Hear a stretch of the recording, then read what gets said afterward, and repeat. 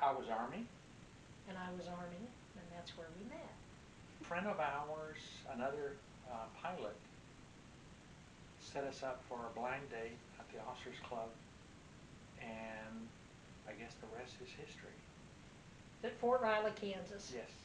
in the 80s. He liked the way I danced in my boots and in my fatigues. Well, you know. And he liked my smile Yes. and my eyes, something about my eyes. Yes. Your hazel eyes.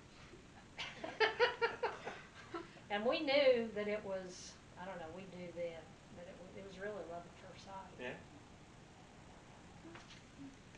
For me, I always wanted to fly, or at least that was my thinking. I wanted to fly, and it was at the drawdown from Vietnam.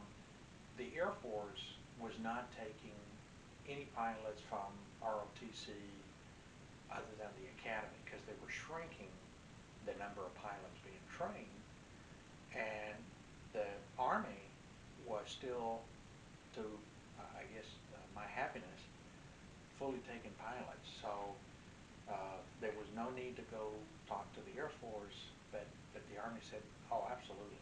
You know, if you want to, come in and fly, we're still needing pilots." So that was really the big difference on choices. I saw a sign posted in the at my college that had a pair of boots and said, "Do it in the woods." That's funny. I swear that was the That's slogan awesome. then, "Do it in the woods." So I signed up and joined ROTC and went to basic camp, which is like boot camp for ROTC at Fort Knox, Kentucky. I learned all about it. If anybody says no, we don't know anything about um, ROTC, doesn't know anything about real boot camp, I feel like it was real boot camp. 10-mile road marches with your 50-pound packs and all of that. So I feel like we did it all. Can you tell me some more about your boot camp experiences? Sure. It was really interesting because when you go in ROTC, you are not obligated. If you go to boot camp and you're enlisted, you definitely have to be you're obligated. Um, so that may have had something to do with it. But I went from Missouri to Fort Knox, Kentucky. I drove myself, which was interesting. I think I was about 19 years old, so I was leaving home for 6 weeks to go to Fort Knox, Kentucky. And it was really interesting because I learned a lot of things there. One was how to get your boots ready so they don't give you blisters. Because one day I was marching and I was just had tears streaming down my face, and the drill sergeant said, "Clopton, what's wrong with you?" And I said, "I got blisters, drill sergeant." He said, "I don't want you to fall out and go get your tennis shoes on, and I don't want to see you in anything else but that." Well, I'm from Missouri and I'm the show me state. Nobody's going to tell me, that I can't do something. So somebody told me if you wear your boots in the shower and then let them dry to your feet, you won't get blisters. So that's what I did, and I continued. After about a week, I got back in my boots and continued on. I remember a couple of times having my locker dumped over because it wasn't clean enough. I remember that's where we learned have the quarters bouncing off the beds and things like that. It was really an interesting experience for me because there were people from Puerto Rico, there were people there from all over the United States, which, being from Missouri, although I had traveled as a kid, we didn't have much diversity in Springfield, Missouri, which is where I was from. But one of the things, my claim to fame, I guess, is that we were the first boot camp, basic camp in '79. We were the first year for women to do male push-ups. So that's kind of my claim to fame. I beta tested that for the Army, and I believe they still do. Women do male push-ups. So I think we had to do 29. And I remember thinking, there ain't no way I'm going to be able to do 29 push-ups, but I did. So I think I aced my PT test every time, which was really great. So it really helped me get in shape It taught me how to work as a team. Just teaches you a lot about yourself. So, what's the difference between male push-ups and female push-ups? Female push-ups, you're on your knees, and you push yourself that way. The other one, you're just on your toes and go down. So we were the first year in '79. I mean, and that's pretty, to me, from Women's Air Corps and wax and all of that. It was, for me, I'm pretty proud that we were part of that and that they continue to this day to do that. Well, I went to basic in Fort Jackson, South Carolina. And luckily for me, I had been a cadet, and I had later on turned senior. What kind of cadet? I was a CEP cadet. Civil Air Patrol cadet. Oh, you know, sorry, I think everybody knows CAP, but I was a CAP cadet, so a lot of the things that they try to teach you in basic seem second nature. Marching, you know, running, all that kind of stuff, except that the Army does it a little bit differently. Like, we would run with tree logs on our shoulders, because it was right after Vietnam, and they were really, still trying to build up your physical stamina and so on. And so we would do those log drills all the time. If you wanted to go eat chow, you had to raise the logs 20 times, with your group of five, those kind of things. And it seemed to me that, boy, they're really pushing us hard, but regardless, there was all that, physical stuff, and there was a lot of classes and a lot of, learning, how to fire machine guns and M16s and hand grenades and, you know, rocket launchers and that kind of stuff. But it was really good preparation for later on for flight school, because it toughened up your mindset of what you wanted to do. But that's where I did my basic. It was Fort Jackson, South Carolina. All right. I will tell you that you asked me, what I got out of it, what I learned from it. I learned that I was very tired all the time, and I could fall asleep anywhere. In the back of a 2.5-ton truck with my head on my helmet and my M16, I could fall. Anytime it was fall out, I was falling out. Except one time I did it during class, and it was grenades, and I woke up and had a grenade. It was a dummy grenade, but it was a training grenade, but it was a grenade nevertheless. I woke up and it was in my hand, and the drill sergeant said, "And Cadet Clopton, what are you going to do?" I had no idea what to do. And I went, "Okay." So he didn't tell me what to do, and I think I threw it, I don't know, but oh man, I tried to stay awake from then on out. That brings memories. It's funny.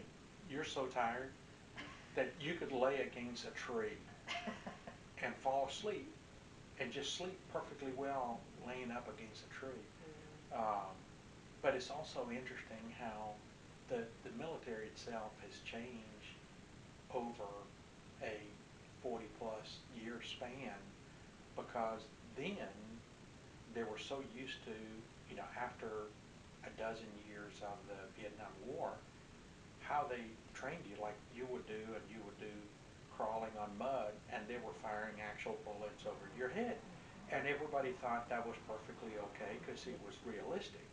But the drill sergeants made sure that they would tell you, listen, don't poke your head above the wire, because you might get killed. And there were no uh, big uh, injuries or whatever. So people did what they were told. But nowadays, everything is very controlled. They use like laser tags and things. They would never think of actually shooting a machine gun over your head.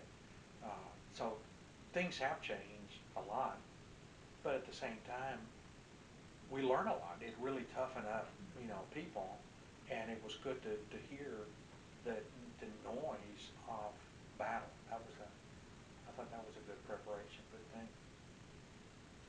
I started out in basic training as a private, and from there I went on to Fort Rucker, and I was a warrant officer candidate. And basically, until you graduated and got your wings and your bars, you were a candidate, so you were like a nobody. Everybody on base was above you. And it was the long and the short of it. But then all of a sudden, you graduate, the general pins your wings on, and now people are saluting you. So you go from being a nobody to being a somebody, and then you go to your unit, and you're back to being nobody because you're the juniorest officer in there. So you're the guy that gets a coffee for everybody else. You're the runner. Uh, but that's very much like life is. You're always starting over, and you're always going to be under other people until your seniority builds up. So it's kind of a good training for life. What, what was your rank when you retired? I retired as a Chief Warrant Officer 4, CW4. And I was a cadet, and I went into what they called a dual enrollment kind of a thing, or dual membership, and I was in the Army National Guard, and I was an E5, a sergeant in the Missouri National Guard, Army Guard, and once I got my commission, I was a second lieutenant, and I retired as a first lieutenant, uh, promotable, but lieutenant. I got out on a medical discharge, so was not able to continue my pursuit of a military career, unfortunately. But Trish was the training officer for this medical hospital, and it was really cool because since we were in the same base, you know, I would actually, what am I doing? Keep your hand from the Oh, it's camera. fine. No, it's Fine. okay. It's okay, okay. Yeah. Sorry. But because we were either dating or married, depending on which point in time, um, we would fly our helicopters and land them right there on the helipad of their hospital, and so it was great because then we could take nurses and friends of hers, flying, and they thought that that was really, really really cool.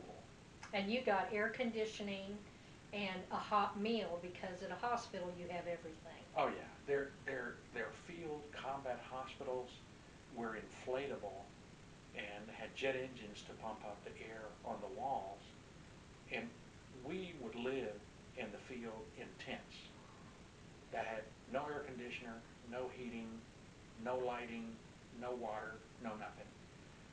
But we always had fuel and ammunition. So, we could do what we needed to do other than we had absolutely no comfort. I mean, you were sleeping on the mud, and we would go visit the hospital, and they had air conditioning operating rooms and like a dining room where you could actually sit down. It was great. It was a It lot worked nicer. out for all of us. A lot nicer. So when did you get married? In October the 6th of 1984.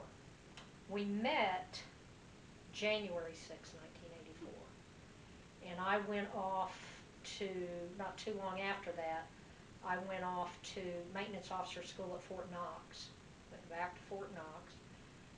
Did maintenance officer school where we worked on tanks and Humvees and different things like that. And then about the time I was getting back, he was going to a special assignment, so he got back in May.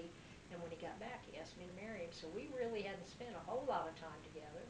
And we've been married now 34 years, 35 years, 36 years. Something like that. 30-something years. Yeah. Well, we got a 34-year-old, and that was But 3 years after we got married. We've been married a long time. but it was great because you're right. I mean, ever since that first date at the Oak Club, I knew that you were the one, so I wanted to propose, but I knew I was You leaving. made me wait Well, because I was leaving. 6 months or 4 and, months. There was no sense in proposing right before in case you didn't come back or something, and it was not, it was better to do it after you get back. Okay. We had a day in Kansas that was 60, 65 degrees in January. Compared to like minus 20. Which was very unusual. And so I had a barbecue. My roommates and I had a barbecue, and I thought, yeah, Harold's not going to come. Sure enough, he was doing flight training. He was a flight instructor. He was doing flight training, and sure enough, he showed up, and we had a great time. I'll never forget. Mainly, part of it was him, but the other part was having a barbecue in January in Kansas. That was just And I unheard think of. a couple of days later we had a snowstorm, and it was back to winter. Weird, weird. I flew airplanes, both turboprop, piston, and jets, and flew helicopters, all various kinds, from reconnaissance to attack to medevac rescue. So I was very lucky. In the 70s and 80s, the the budget was different than what it is now. I mean, it's weird because they have more dollars now, but back then, you could get trained in multiple different types of aircraft. As long as you wanted to fly different kinds of aircraft, you could be trained in different kinds of aircraft, and the flying was so different in the sense of back then, even before going to war, you could easily fly 500 hours a year. Nowadays, they might fly 120, 150 hours and think that they're really doing a lot. Uh, the budget was there and the demand was there. We had more aircraft than pilots because a lot of pilots were forced out because of Vietnam. And so we had all these aircraft. Most of my units had 40 aircraft at a time. Nowadays, they might have 6, 8, and they think that that's a big unit. Well, we had 40, when we would deploy to the desert, we'd be flying a formation of 40 aircraft. You'd be trailing 10 miles behind, and the sound, we went through the Grand Canyon before the prohibited noise, and I mean, it was awesome. Just the feeling of raw machinery and power that we had. But I was lucky. I think, trying to think back in terms of aircraft, I was checked out in the Army in 22 different types of airplanes and helicopters, plus another 8 Air Force jets, and that was just what they kept track of. Nowadays, most people, they do 1 or 2 aircraft for their whole career. I was one of the lucky ones. So, did you ever see combat? Yeah, yeah, I did. Did multiple conflicts. I spoke different languages, so President Reagan, in his time frame, um, they asked for volunteers uh, for Spanish speakers, and I was one of the few that could fly airplanes and helicopters and spoke Spanish. So um, after we volunteered, we got sent to the war in Central America, El Salvador. Um, the irony, though, was that there was very few of us that could fly and speak Spanish. And before, because the war there was as they call it, it was a war off the books. So, you know, Congress did not authorize the war, so they send us, and before we got on the airplane, uh, they took our passports or dog tags or identification, and if you were killed, then they basically shipped your body back to Oklahoma and made it look like you had an accident over there. Uh, it was an interesting time because the five of us that volunteered, we were all about wanting to do something good for the country. And when you're young, uh, you're kind of, you think that you are not ever going to get hurt. So the fact that they took away all your identification, and they even told you, if you get killed, we're going to do away with your body and put it in a different state and make up this story about it not, you know, having crashed in El Salvador. Uh, None of that really mattered because you were all about doing the job. And it's sort of weird because if you try to explain even to your military friends today, they would tell you, well, I would never do that. I mean, you know, if you have a chance to get killed in combat, but they You don't have a need, chance. you know, but You have a chance. well, Take it. no, it's the thought that uh, nowadays, you know, people would never put up with being part of kind of a secret war.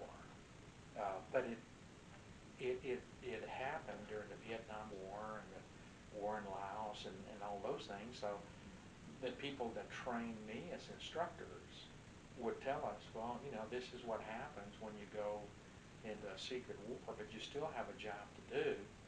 And me and the other four, you know, we thought they called us, and that's what we want to do.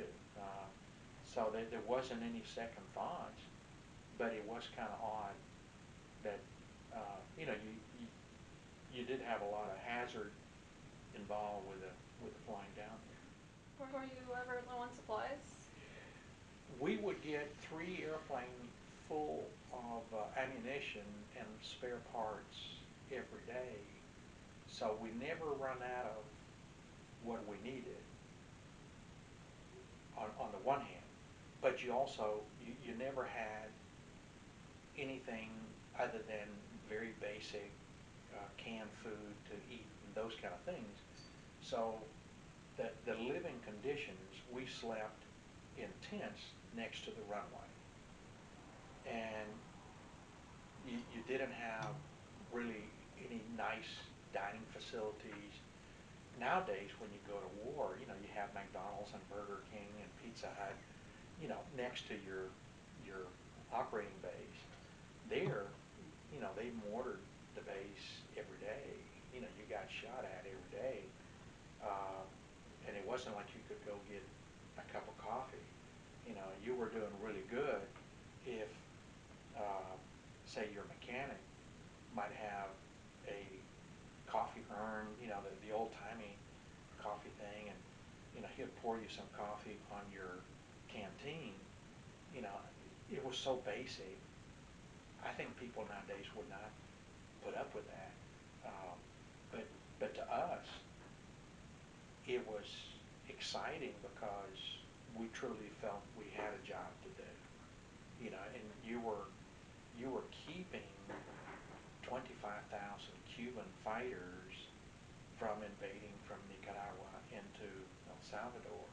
So you really felt a mission, and to us there was no question as to the value. We knew we had to be there, um, but yeah, that was my first war, and it was pretty intense. How did you stay in touch with your family? You didn't, uh, for so many reasons, because the government um, hadn't told Congress that we were going to be there in the first place, so you couldn't communicate. There were no phones, there were no cell phones, there were no fax machines. Um,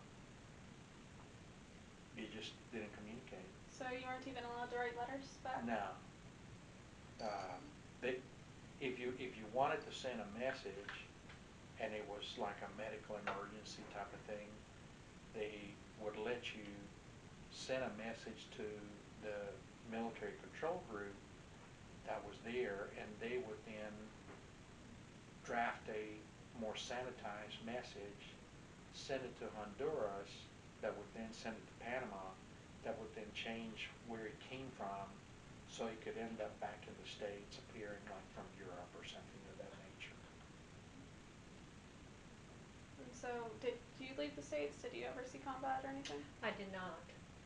I did not. About the only skirmish that was going on when I was there. There were two. Well, when I was in the Guard, we had the Cuban refugees at Fort Scott, Arkansas, and that's where they had those incarcerated, and we would work with them. So that was the only thing that we did, and then also was Grenada, and then after that I got out. So um, it's interesting you asked that though, because I always did feel a little bit sad or guilty maybe even that I had been in and I had not been able to stay in longer to really do what I was trained to do. But being married to him, I got to go through some of those things with him, and what he just told you about was not his only experience. But I always felt you were trained and ready to deploy with the field hospital. You know, it's not up to you.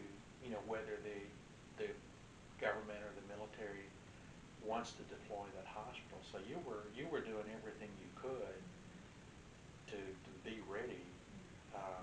So that there's nothing to feel guilty about in that regards. And their field hospital was so high tech.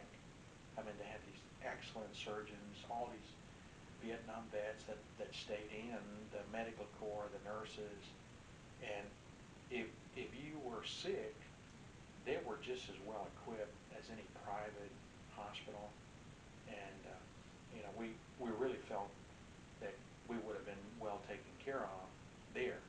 Unfortunately, because they did not deploy those to El Salvador, whenever we would get injured, you had to be treated in a Salvadorian facility, and they were not very good in the pretty third world.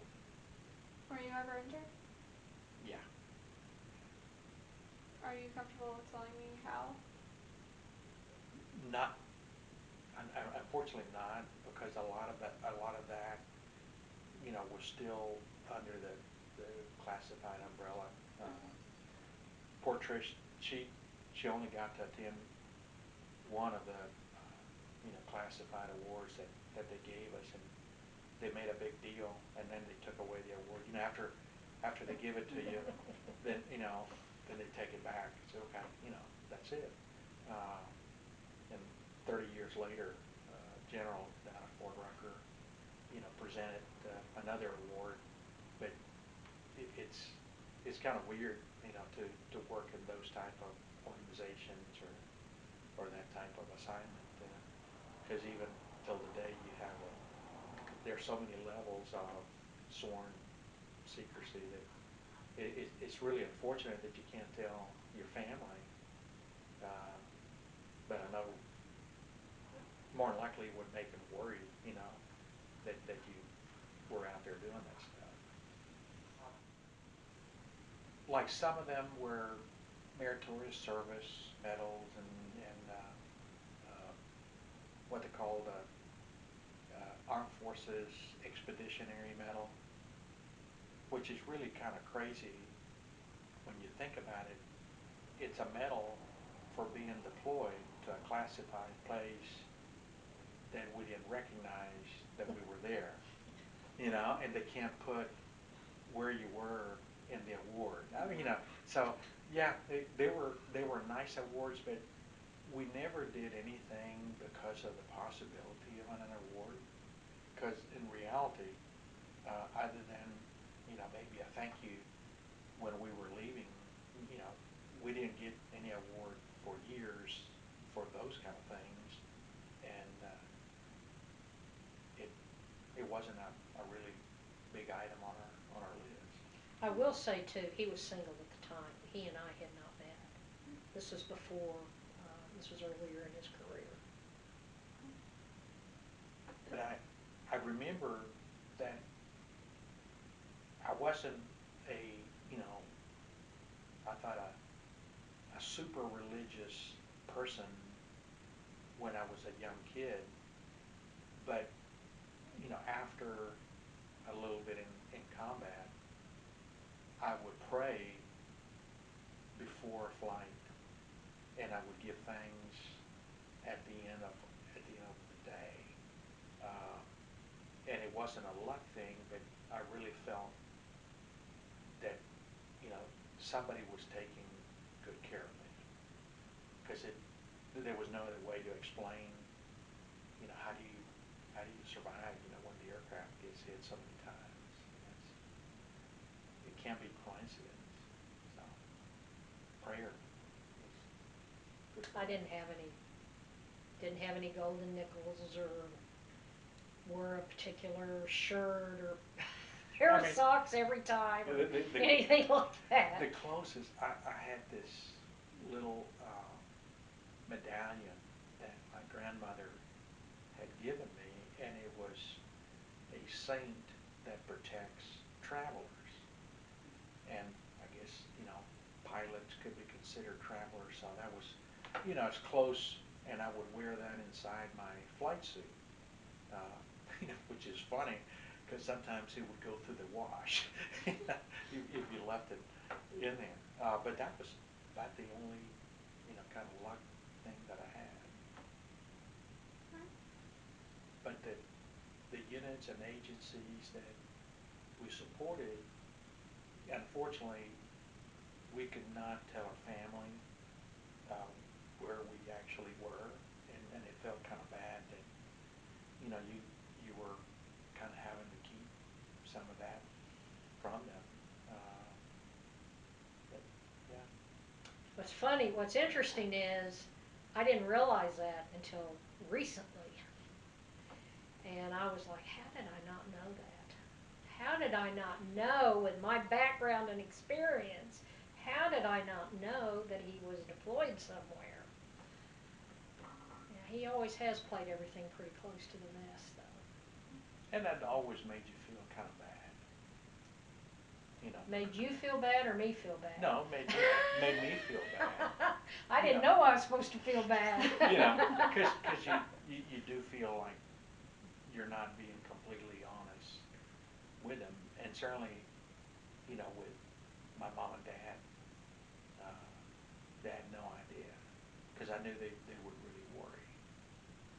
But it's all good. Was there any particularly humorous or odd event that ever happened? I don't think you know anything humorous, per se. Not as in funny. Probably unusual would be a better way to put it. I was the only American officer to receive the Chilean Air Force fighter pilot wings, and to accept them. After I got back to the States, they had to be sent to Congress, and they had to vote on It's kind of a diplomatic thing, and after it was approved, they send it back to your division, and then you get this nice letter from the commanding general, say, hey, you have this award that arrived here for you, even though you already had received it. But it's funny because they think it's new, because it's new through the system, and it it it was so unusual to have that, uh, that you know I would wear it on my flight suit, and a friend of mine used to say, well, I said, Harold, that's good for a free drink anywhere. Trish, do you have any humorous stories to share from your time? I'm all, you know me, I've always got something humorous going on. Pranks, we put porta potties in people's tents, and, we, I mean, what can I say? And then we would we had a commander of the MASH unit. I was in the 16th MASH at Fort Riley, and our commander was very, what they say when you're when you're really smart, you're very funny. I don't know who says it, but somebody says it. And he was hilarious. So he would write scripts. And I don't know if you ever remember the Johnny Carson show where they would shine a light on the audience and they would say something clever about that person, complete nonsense. And it would put them in the spotlight and they would have to have some kind of a face and some kind of a reaction. And we did that when we were out in the field. He would write a script and it was called The Edge of Wetness. What's the name of it? And we had a flashlight and we'd shine it in somebody's eyes and he would have written this whole script. And one of them was, oh gosh, oh yeah, the one of the guys that took care of our sanitation, his name was Seymour Bottoms. So those were the kinds of things. That was my commander, and that was his wit, and that was kind of fun. So Was that the aviator battalion? that was Colonel Childs. Okay. One funny thing that I can think of is when we were in the field one time, we had this big, tall captain, and he kind of was, I don't want to say goofy, but he got excited easily, and he would just crack up laughing because when Harold would fly out with his buddies to the MASH unit, and I would, go out to welcome him, Harold had to salute me because I outranked him. And the Captain Robbins was his name, but we called him Captain Chaos. And he just would crack up laughing every time he would see Harold salute me in the field. He just thought that was great. And I gave you a really snappy salute. Oh, you did, and I gave you one right back. Yeah. Made you hold it till I finished. Do you recall the day that your service ended? Yeah. March 17th, um, 2017, down at Fort Rucker, and we had a retirement ceremony at the Aviation Museum. And what was interesting too about Harold's was he had his last flight as a military aviator. And A couple of weeks, before that. and we went down there and he flew, and then you line up. There's a big ceremony when the pilots finish, and the fire department has their fire hoses there, and I got to spray them. But that was really special.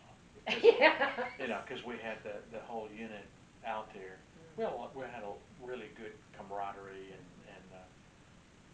they were all there to see you land for the last time as a military pilot, and Trish, she sprayed me real well. I was gonna say, somehow I feel like you enjoyed that. I did enjoy that.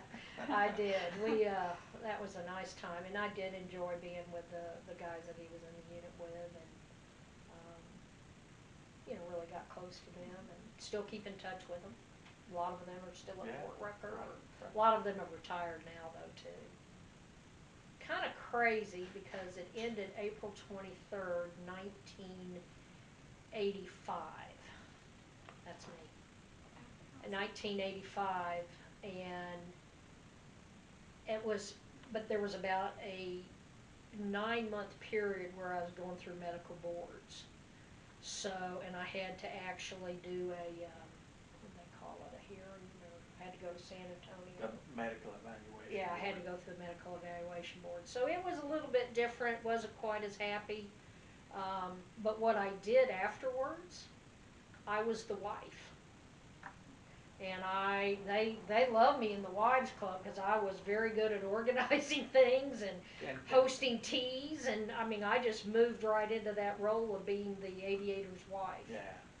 So and I think it was also a difficult transition because you knew that you had been selected to promote to captain, but you were being medically retired kind of early to keep you from promoting, because eventually would have had to medically retire you anyway, and they didn't want to retire you and pay you more, so they were trying to get you out. So it was a difficult time, but um, yeah, you used to do lots of things with the unit, and people really liked you.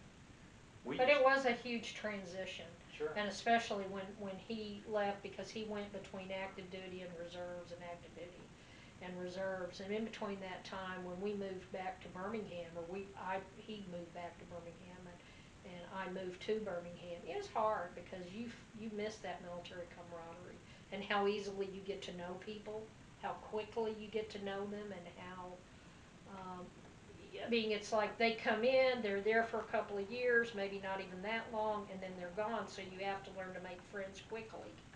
And And I think when you're working with someone for 12 hours a day, you can't help but get to know them really well. well, and in some of the instances that you did, I didn't really have those type experiences. But you were very well liked at the unit. Especially by Captain Chaos.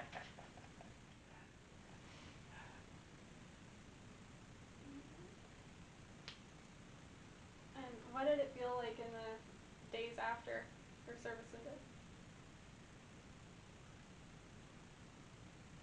I think you, you kind of felt this emotional letdown, uh, partly because up to that point you've been given such awesome power and responsibility that nothing else quite compares to that. And you, for example, as an airline pilot, a captain, it's an easy job. I have co-pilots that sometimes will complain about, oh, what kind of hotel we're going to be staying in, and you hear this whining and whining and whining, and sometimes you ask them, are you hearing yourself, right? I said, what do you mean? I said, get over it. I mean, this is nothing. I said, you're not having to fly into combat. People are not shooting at you. I guarantee you when we land in Kansas City or in Denver, there are no bullet holes on the aircraft. We actually get to ride a van instead of having to hike, with our backpack. And we're going to be in an air-conditioned room, and you got a TV, and you got internet. I said, this is nothing. This is the easiest job, anyone could wish to have. So yeah, you do feel an emotional letdown, but I think by the same token, we kind of made the commitment to stay really involved with CAP to kind of fill that military void, if that makes sense. Well, that mission oriented of the three missions of Civil Air Yeah, Patrol, yeah. and how that equates with the Air Force, and that I think that's probably very true. It's an outlet almost, or a way to fill You get that very void. mission driven, and through the camp we get to enjoy So, a lot of that. I think it definitely made me a better person, um, in in the sense of not only I got all of my experience as a pilot, from that, but as an individual, uh, the responsibility of leading others, of managing your crew and programs. Um, there's so many things that I use as a civilian that I would not have learned just in college. I think for me it was the ability for me to serve my country. I grew up in a very patriotic family. My dad is a World War II veteran. Worked in the boiler room of USS Wasp during World War II. Um, that was after being on a destroyer that got attacked a lot, and he said, "Put me on the biggest tin can out there." So he was on that. But always, I think everyone was kind of surprised that instead of going in the Navy, I went into the Army. But they had Army ROTC at my school, so that's what I did. But I think being able to serve my country, I'm very proud of that. Did your military experiences influence your thinking about war or about the military in general? I think it does. It certainly did for me.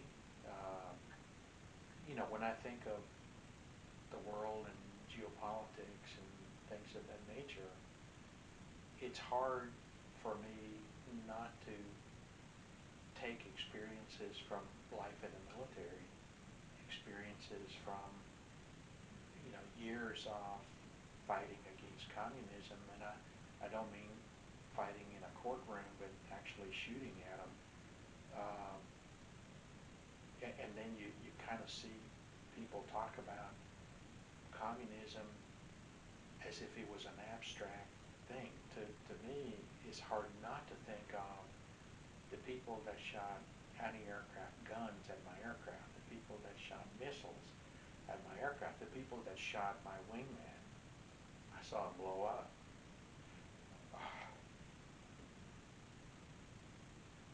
It's okay.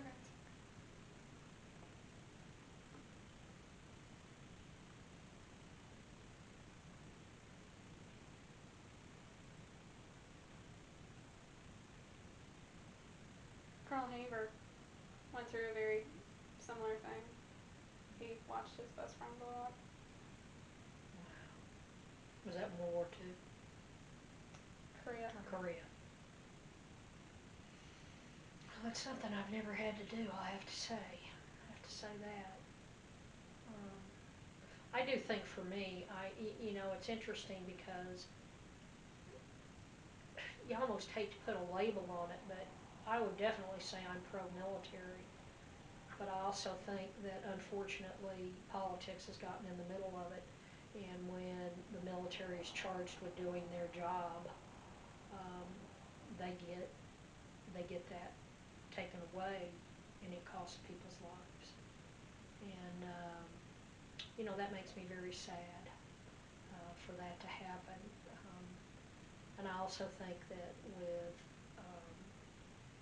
veterans and coming home and post-traumatic stress and injuries and recovery and mental health and all of that, we just have to stay strong and have to be supportive of our veterans, and we have to be supportive of our military, um, and keep that defense up for our country. We have to do that, because if we let it down, we're going to get taken advantage of, and we're going to see negative results.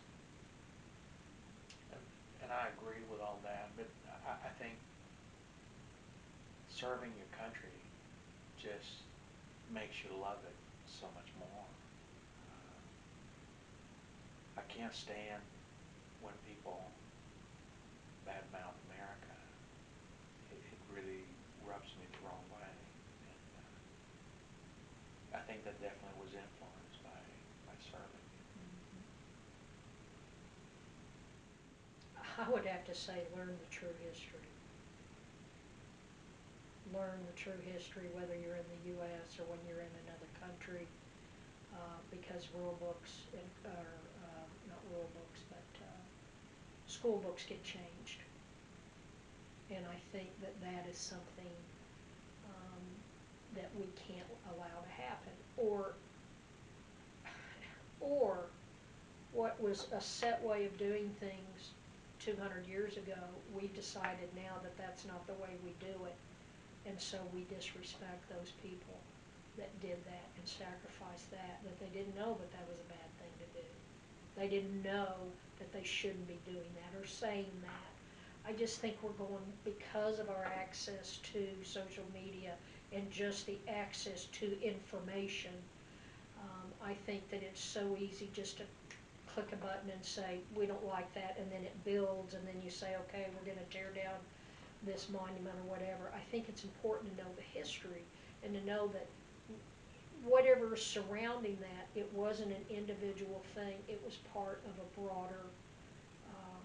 It was part of a broader way of living, And I think that's so important. And I noticed that, like I said, not just in our country, but I know in Chile they've done that, which is where he grew up.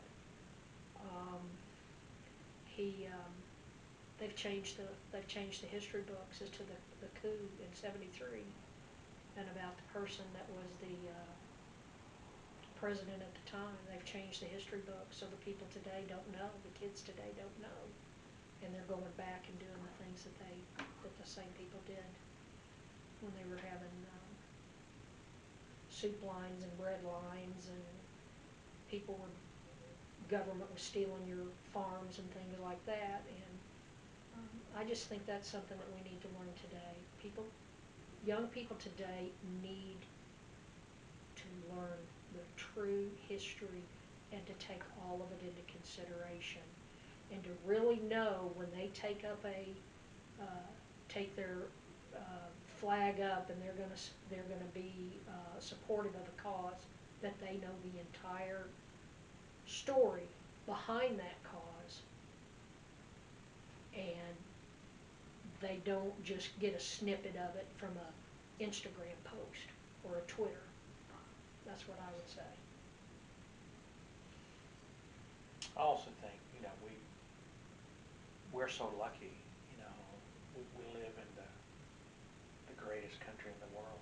Uh, we have geography that spans, you know, 20, 2,600 plus miles from coast to coast. We have such a fantastic country. We have a melting pot of multi uh, generations and folks that live here. And it is such an opportunity to do all you want to do in this great country of ours. I think sometimes people forget how good the country is. And like I said, it kind of hits you when they badmouth it, because I've been around the world a number of times, and I think we have by far one of the best places to live that there ever was. But People need to understand that. yeah, but that's my opinion. You know. So you're both members of Civil Air Patrol. Yes.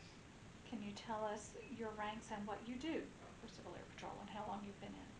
Uh, I'm a lieutenant colonel in the Civil Air Patrol. I am the commander of Group 2, which is one of three groups in Alabama, and have been a member of the Alabama Wing since 1974. I'm a lieutenant colonel, and he doesn't have to salute me. I am his assistant with Group 2, and recently stepped down after 6 years of being the director of recruiting and retention, and now am just a merely assistant recruiting and retention officer. So that's what I do as Civil Air Patrol. But I've been in since 1986.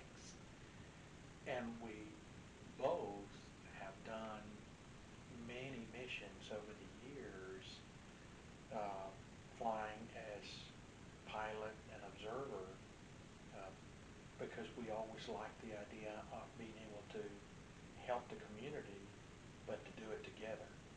And I know when the kids were smaller, sometimes we had to drop off Andrew at daycare or something as we were heading out to the airport to go fly a rescue mission.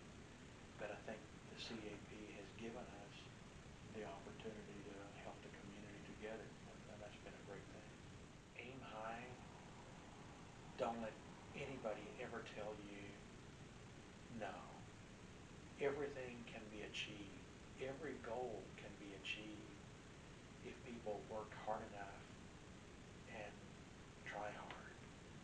Um, I think you have to put in the work to get the positive result that you're looking for. But I also think they need to look really closely as to if it matches with what they want to get out of something and what their time and their abilities are, um, because that makes a huge difference, as well as what does CAP need. So it's a two-way street. You know, what do I need from CAP, and what does CAP mean need from me? And I think that you have that conversation with wherever you're going to be, and to make sure that that's going to work out, or at least try it, and make sure that it's at least and you think that's what you want to do, because a lot of times um, people aren't fully informed, and I think being informed is critical. It, you know, but along with that, I think CAP has so many possibilities for young people. Mm-hmm. Uh, who would have thought that you could be part of a cyber team, that you could be part of a ground rescue team? You can learn about first aid, about radios, and not old equipment, but the very, very latest high frequency hopping radios that are, skipping off the atmosphere, where you can talk across the country or across the world. Uh, you can learn via scholarships how to fly. I mean, that is just tremendous. Uh, a person in the street, young person, they may have no idea how to get to that goal, and yet the Civil Air Patrol has scholarships and the means to offer someone the chance to learn to fly. I mean, I think it's incredible. I also think, though, that it's important to know too that it teaches you leadership, Oh, and it yeah. teaches how to get along with people from all different walks of life, and it teaches you how to be responsible, and I think it's just really good for youth. And as far as for adult members, I think it's really important for you to share your talent. You know, they always say in nonprofit management and development, they say, please share your time, talent, or your treasure. I think that's the same thing with Civil Air Patrol, and I don't think we always look at it that way. But I think it's really important for you to share your knowledge with them, and hopefully you can find a space where you can use that, or you can learn something new. Yeah, I was the CEO of Girl Scouts of North Central Alabama for about 5 years. It was at a transition time with the Scouts when they were downsizing, and it was wonderful because we had 67 counties that were in my um, council. Got to go to different places and out within the state of Alabama, as well as to different meetings, and up in New York, and went to Savannah to the head where Juliet Gordon Lowe first was. And I just remember one of the things that always meant a lot to me was seeing the girls and being able to present the girls with their gold awards. And we used to do it here in Birmingham. We used to do that at different ceremonies, but then we'd also get to recognize them at the Harbert Center when we had our events and things. And I think that's really important um, to recognize that, and also to help the girls realize the importance of that, and help the girls realize that Eagle Scouts don't have anything on us. You need to be proud of that. Also, that you can get scholarships for most of the scholarships for Eagle Scouts you can get for Gold Award. So if it doesn't say it in black and white, ask. But I just think it's a wonderful program for girls to learn how, again, another youth organization, youth leadership, how to work with people in different areas, how to be able to take advantage of opportunities that you wouldn't otherwise be able to take advantage of. Is there anything else that you would like to add, either of you? Other than, I think, serving my country was probably the most fulfilling thing